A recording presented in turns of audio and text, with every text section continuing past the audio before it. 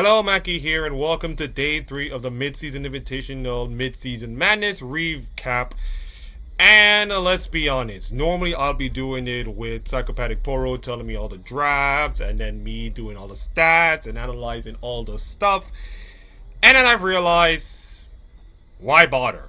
Not because I'm not knocking down on Team Liquid beating Karmine Corp and sweep aside them and have to face up against T1, but to be fair, in my prediction and everybody's predictions, I think T1's going to ramp over everybody in the playing stage. Unless Team Liquid can pull something incredible, magical out of their hats, then I think this is going to be, minute, I guess.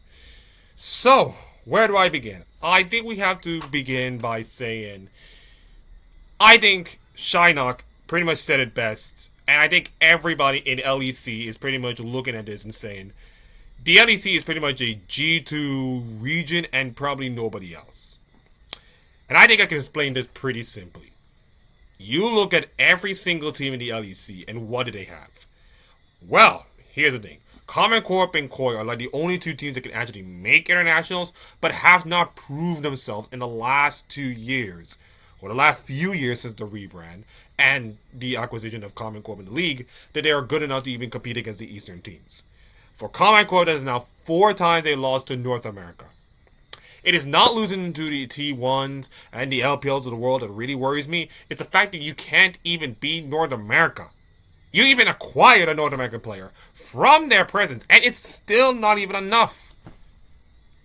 It's just... I don't know what to do at this point. I just don't know what to do at this point. If you're a Karmine Corp fan. Listen, I think you still have the squad to go to Worlds, but even I myself don't feel any good, particularly with this squad, that they can get over the mental hump.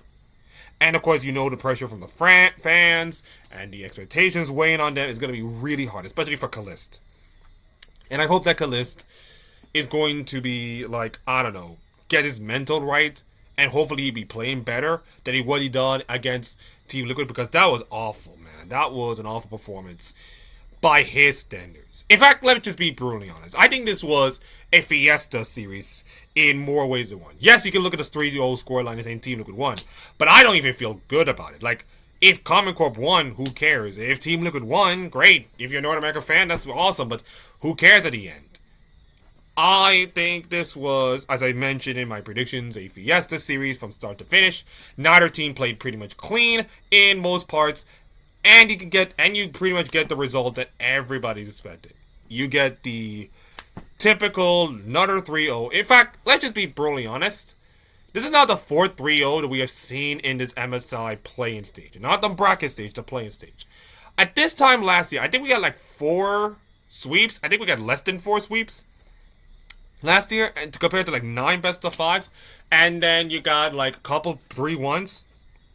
The fact that we have moral sweeps right now is just demoralizing from a fan perspective, from a production perspective. It's like if your viewership needs to be listen, I'm not gonna say that T1's presence is making viewership going crazy right now, but from a fan perspective, fans want more games, want more action. The fact that we're getting more 3-0 sweeps, it's daunting. And that's not to blame the teams that are there. They're doing what they needed to do, and the other team cannot do it.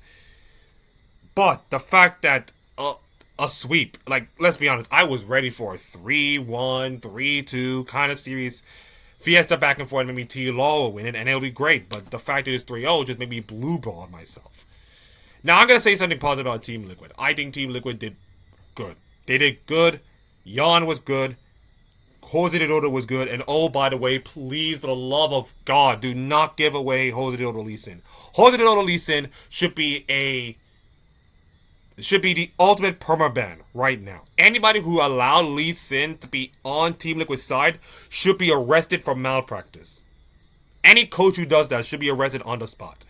Because Jose de Dodo just absolutely popped off that game too, and he was absolutely brilliant. And do not forget about Quid's Jan, Yasuo, by the way, who was, of course, setting up all the kills, doing all the work, and all the kind of stuff, but Jose de Dodo just absolutely taken Karmine Corp piece by piece, and there's nothing left.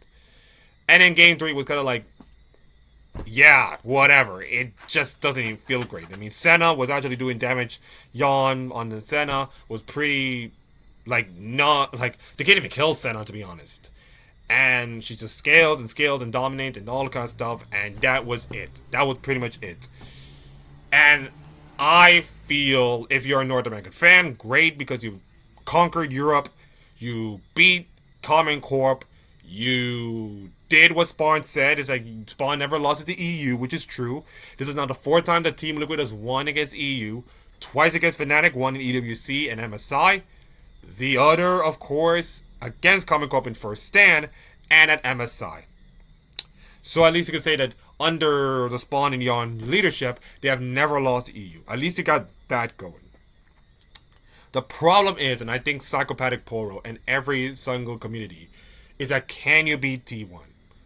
I think T1 are gettable. I think T1, throughout this entire playing stage, look good, but are gettable. And I think the reason why they're gettable in most cases is because their early game has not been great. And they have been a tendency to having like, why are you doing that? Why those moments of scratching your head is just like, why are you doing that for most reasons? But even then, even with all those crazy stuff, I just cannot really, in my opinion, find angles for Team Liquid to win. In order for do that, I mean, first of all, I think Team Liquid, listen, T1's going to ban Jose Dodo's Lee Sin all the time. And I think for Team Liquid, it's like the coordination has to be good. Bot lane has to be absolutely brilliant than the first series, of course. And I think you can say that there's a chance they might get a game. If they get a game out of T1, that feels like an achievement. That feels like an achievement for them. Consider how T1 looks shaky in the playing stage, and how they are looking at, ramping up in the bracket stage. I mean, we see what T1 is capable of. Slow start, then ramp it up, and then become this unstoppable force that just torment everybody, including LPL. And I think that's going to be a problem for Team Liquid going forward in this series tonight. It's that, can this team actually pull it off? And the answer to that question is, brutally honest, no. I just don't see this happening. I think you can say that Morgan needs to step up, and Jose Dodo needs to step up beyond the Lee Sin. But against Owner and against Faker, against Karya, against Gumi Yusi, Pays, against Doran, that's a hard task. And Expawn's pretty much said it yet. Is that you need to strip away the players' names and all the accolades, and it's just a mid, a bot, a jungler. They're just players on a Rift. You are playing 5v5 in the same dimensions as a Rift, and I'm gonna paraphrase from the late Gene Hackman Hoosiers movie, by the way. And it's the same dimensions on the Rift, same players on the Rift, and they gotta treat it that way. If Team Liquid can at least treat this thing that way, and make them, like, listen, here's a kicker.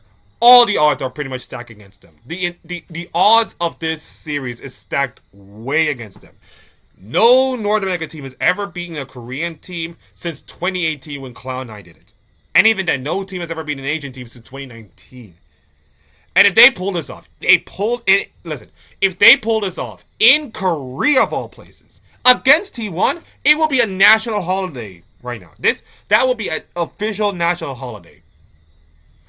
But I don't know if they can do it. If they pull it off, great. If they pull a game, that's also great. If they can make it a series, like go 5 games, go deep, great. But it's up to Team Liquid and Team Liquid themselves to, you got to first dominate the game, apply more pressure. Do not let Team Liquid, T1, get back up, of course. Don't make mistakes. That's the only thing I have to say. It's hard, I guess. Again, T1, I guess. Do not make the mistakes. Do not make mistakes against T1. That's the only thing you can do. Don't broke Vanguard. Don't broke Stopwatch. Don't try to go in and out of Baron, of course. Don't do any of that. Just, it's hard, I guess. Listen, with the name tags and the aura and the presence, it made me feel overwhelming. But just like we saw today, when Maya joined just beat Serena Williams, yes, as great as Serena Williams is, and to be honest, she's 44 years old, having played in 4 years. It is what it is. The name doesn't matter. It's just a regular tennis player on a same court, same dimensions, same ball, same anything. The only way you have to do it is how you handle yourself. And I think that's what Team Liquid has to do. They have to handle themselves. Just like they handled DCG, although it's not clean, and just like they handled against Karmine Corp, which is fine, they can handle this. It is not going to be easy. Trust me, it will not be easy. The crowd is in favor of T1. The fans might be in favor of T1. Everybody back home is pretty much favoring T1. But I think if Team Liquid can go in with a sense of confidence and ease, it's like, do not worry what will happen tomorrow or the next day, or what will the fans think, and all kinds of stuff, and saying, hey, you got no chance, but you have put up a great try. Stop it. Go out there with the mentality that you could actually do it. And if you do it, great. If you don't, it is what it is. Like I said earlier, listen, the LEC is like a one-team region, and we will have to find out what G2 is made of on July 4th, by the way, when they face off against Top Esports. Maybe it's not confirmed, but that's pretty much how the bracket it's set up. But I'm not sure. But let's say G2 will face off against Top Esports, and Top Esports and G2 wins. Just saying. It pretty much confirms that this is a one-team region. And if you're an LEC fan, what is the point of watching a region that you know the end outcome is already decided? Like you're watching the Premier League and you're just saying, oh, Man City gonna win, and Arsenal gonna win, and Liverpool gonna win. Like you already know what will happen. And if that happens, that's not a competitive region. That's not a competitive region at all. You saw it in the Call of Duty League with like different teams, and oh, by the way, I just watched Optic Dallas win Paris. And you saw it's a competitive region in a competitive circuit now. I know the CDL is pretty much different than the LEC in League of Legends, and also, by the way, CS:GO. But the point is that if you are a fan of a certain region and a certain team that is winning over and over again, not only do well in the region, but also do well internationally, and your own team can't, then what's the point of watching this whole thing? What's the point of all these stuff? And Karmine Corp just tell you that, listen, they're good. They're a good team, but they're just not good enough. That's the thing. In order for you to be good enough, you go have to beat a T1. Or maybe, yeah, but just beat an LCS team. Like, listen, just beat an LCS. Listen, like, I understand, like, last year, like, G2 lost to FlyQuest, but G2 were not great last year. And give FlyQuest credit, FlyQuest looked pretty good in most cases in that season. But that's now like 2 years in a row in which North America sweeps aside Europe in the MSI elimination stage. Play-ins and, of course, the bracket stage. And it just feels like, you can laugh all you want about LCS viewership and all kinds of stuff. You look at the LCS right now and it just feels like anybody can step up and level up on a given day. And it can bring you competition. It can bring you some kind of feeling like this may not be the most brilliant region to watch, but it's the most competitive. Which I think is the key word right there. Competitive. I think that's pretty much the thing, is that, is your region competitive enough to challenge the LCK, to challenge the LPL? No. But are you good enough to, like, you know, find ways to defeat them, or find angles, or just do something? Hell yeah. Hell yeah. And if your region and your team cannot do that, what is the point of all of this? What is the point of all of this? So, I think Karmine Corp has a long way to go. And I think Reaper is on the short leash right now. Because they were so good at LEC Spring. They were so good at LEC Spring. And they were really good at LEC Versus all the way to the finals and give us the most dramatic Game 5 ever, of course, against G2. But they were so good at LEC Spring. They were really good at LEC Spring.